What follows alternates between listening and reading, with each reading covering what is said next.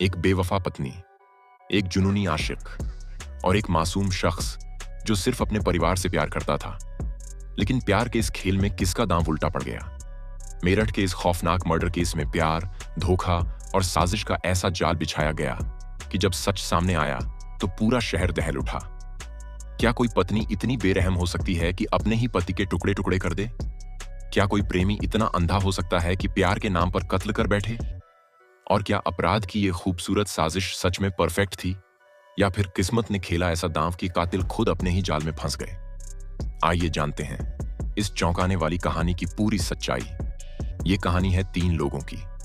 29 साल के सौरभ कुमार, 26 साल की मुस्कान रस्तोगी और 28 साल के साहिल शुक्ला की साल 2016 में सौरभ की मुलाकात मेरठ में मुस्कान से होती है। मुलाकात दोस्ती में बदलती है और फिर दोस्ती प्यार में बदल जाता है।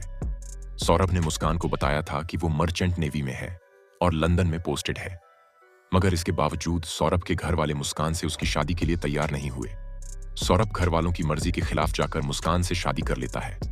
शादी के बाद वो 6 महीने के लिए लंदन चला जाता है, मगर बाद में पता चलता है कि सौरभ मर्चेंट नेवी में नहीं बल्कि लंदन की किसी बेकरी में काम करता है। उसकी आर्थिक हालत भी उतनी अच्छी नहीं थी। जब तक ये बात मुस्कान को पता लगी, तब तक इधर सौरभ और मुस्कान को एक बेटी हो चुकी थी। बेटी होने के बाद अब सौरभ के घर वाले भी उसके करीब आने लगे थे, मगर तभी कहानी में एक नया ट्विस्ट आ जाता है। सौरभ ज्यादातर लंदन में रहता था और मुस्कान अकेली अपनी बेटी के साथ किराए के मकान में। इसी दौरान मुस्कान की मुलाकात उसी मोहल्ले में रहने वाले साहिल शुक्ला से होती है। देखते ही देखते दोनों बेहद करीब आ जाते हैं। आपको बता दें कि साहिल शुक्ला अंधविश्वासी था और उसकी मां नहीं थी, मगर उसने अपनी मां के नाम पर स्नैपचैट पर एक अकाउंट खोल रखा था। उसे लगता था कि उसकी मुर्दा मां उससे बात करती है। ये बात मुस्कान को भी पता थी। मुस्कान ने अपने भाई के मोबाइल नंबर पर एक अकाउंट खोला। उसी नंबर के जरिए वो साहिल को उसकी मां बनकर मैसेज करती थी कि मुस्कान अच्छी लड़की है, तू उसके साथ खुश रहेगा। इस वजह से साहिल मुस्कान से और ज्यादा प्यार करने लगा था। शायद मां वाली बात और अंधविश्वास का ही असर था कि अब वो मुस्कान से शादी करना चाहता था और इसके लिए वो सौरभ को रास्ते से हटाना चाहता था।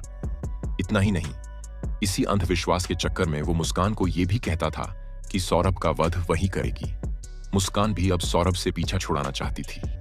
इसी के बाद दोनों ने पिछले साल नवंबर में ही तय कर लिया था कि इस बार सौरभ के मेरठ आते ही उसे मार डालेंगे, और नवंबर से ही कत्ल की प्लानिंग शुरू हो गई थी।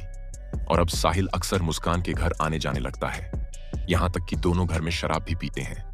इत्तेफाक से मकान मालिक उन दोनों के रिश्ते को भांप जाता है। साल 2021 में जब सौरभ लंदन से मेरठ आता है, तब मकान मालिक उसे मुस्कान और साहिल की सच्चाई बता देता है। इस बीच दोनों के कुछ चैट पर भी सौरभ की नजर पड़ जाती है। फिर सौरभ और मुस्कान में झगड़ा होता है और बात तलाक तक पहुंच जाती है। सौरभ मुस्कान को अब तलाक देना चाहता था। इन्हीं झगड़ों के बीच 2023 में सौरभ फिर से लंदन चला जाता है। अब मुस्कान और साहिल आजाद थे। फिर पूरे 2 साल बाद फरवरी 2025 में ये आजादी खत्म होने वाली थी, क्योंकि सौरभ 24 फरवरी को लंदन से 2 साल बाद मेरठ अपने घर लौट रहा था। 25 फरवरी को मुस्कान का बर्थडे था। वो उसका बर्थडे मनाने के लिए आ रहा था, लेकिन इधर मुस्कान कुछ और ही प्लान करके बैठी थी।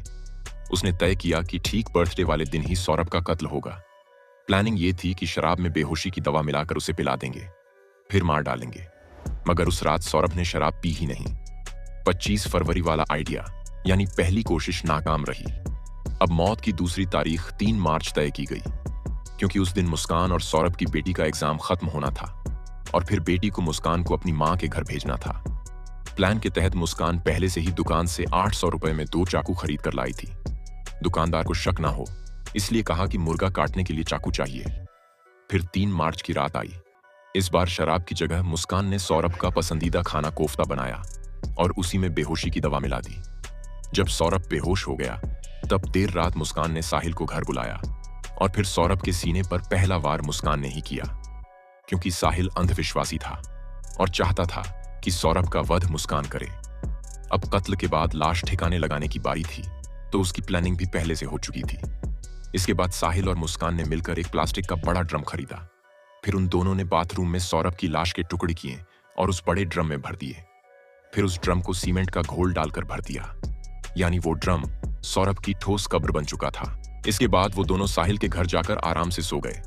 फिर 4 मार्च की सुबह हुई। लाश वाला ड्रम कमरे में रखकर अब मुस्कान साहिल के साथ हिमाचल की वादियों में घूमने जा रही थी। 4 मार्च की शाम को ही दोनों एक कैब बुक करते हैं और शिमला, मनाली और कसौल घूमने निकल जाते हैं। उस वक्त मुस्कान अपने साथ कुल 84,000 रुपए लेकर निकली थी। 14 दिन बाद जब पैसे खत्म हो गए तो दोनों ने वापस मेरठ आने का फैसला किया। हालांकि एक दूसरी कहानी यह भी है कि शिमला के मंदिर में मुस्कान साहिल ने शादी की। यह बात साहिल ने पुलिस को भी बताई कि शिमला के एक मंदिर में हम दोनों ने शादी की, मगर होटल, खाने पीने और घूमने में हमारे पैसे खत्म हो रहे थे। सौरभ के बैंक अकाउंट में 6 लाख रुपए थे। मुस्कान उन रुपयों को निकाल नहीं पा रही थी। परेशान होकर मुस्कान ने अपनी मां कविता को फोन किया और कहा कि उसे बैंक अकाउंट से कुछ पैसे निकालने हैं, उसके लिए वह उसे ओटीपी दें। यह सुनकर उसकी मां ने कहा, सौरभ तो तुम्हारे साथ है ना, तो फिर तुम्हें रुपये की क्या जरूरत है। इस पर मुस्कान अपनी मां को बताती है कि उसने सौरभ को मार डाला है और लाश को इंदिरा नगर वाले घर के अंदर रख दिया है। यह सुनकर उसकी मां के पैरों तले जमीन खिसक गई। अब इधर सौरभ के घर वाले भी परेशान हो रहे थे, क्योंकि काफी दिनों से उन लोगों की भी सौरभ से बात नहीं हुई थी। इसी बीच सौरभ का भाई राहुल भी बीते कई दिन से अपने भाई से बात करने की कोशिश कर रहा था, लेकिन उसका फोन लग ही नहीं रहा था। इसी बीच जब राहुल को कुछ शक हुआ तो वो 18 मार्च को भाई सौरभ के किराए के घर पर पहुंचा, लेकिन वहां कोई नहीं मिला। उसने भाभी मुस्कान को कॉल किया और भाई के बारे में पूछा। मुस्कान ने कहा, वह तो मायके में आई है, उसे सौरभ की कोई जानकारी नहीं है। अब राहुल का शक धीरे धीरे यकीन में बदलने लगा। उसने तुरंत आसपास के लोगों से सौरभ के बारे में पूछताछ करनी शुरू कर दी कि तभी अचानक मुस्कान किसी युवक के साथ वहां पहुंच गई। राहुल को एक अपरिचित आदमी के साथ भाभी को देखकर कुछ अजीब सा लगा।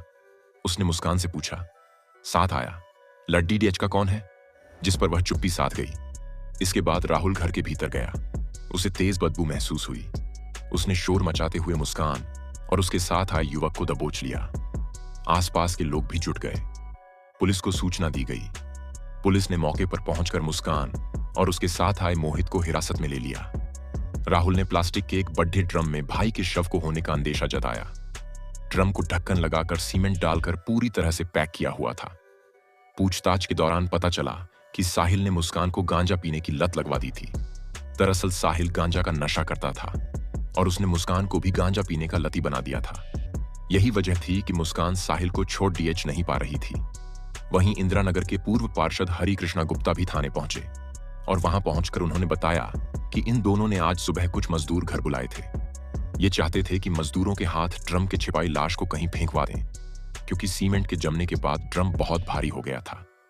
मजदूरों को थोड़ा शक हुआ तो उन्होंने ड्रम ले जाने से मना कर दिया था।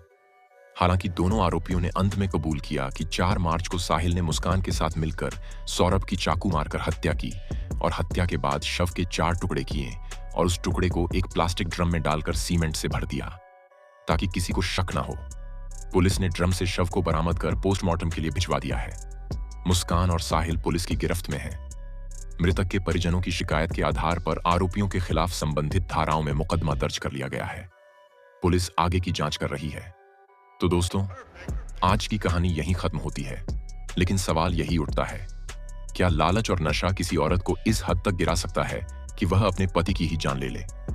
हालांकि आपकी इस घटना पर क्या राय है, कमेंट में जरूर बताएं। अगर आपको यह वीडियो पसंद आया हो तो इसे लाइक करें, अपने दोस्तों के साथ शेयर करें और ऐसे ही चौंकाने वाले किस्सों के लिए हमारे चैनल को सब्सक्राइब करना न भूलें। मिलते हैं अगले वीडियो में एक नई कहानी के साथ।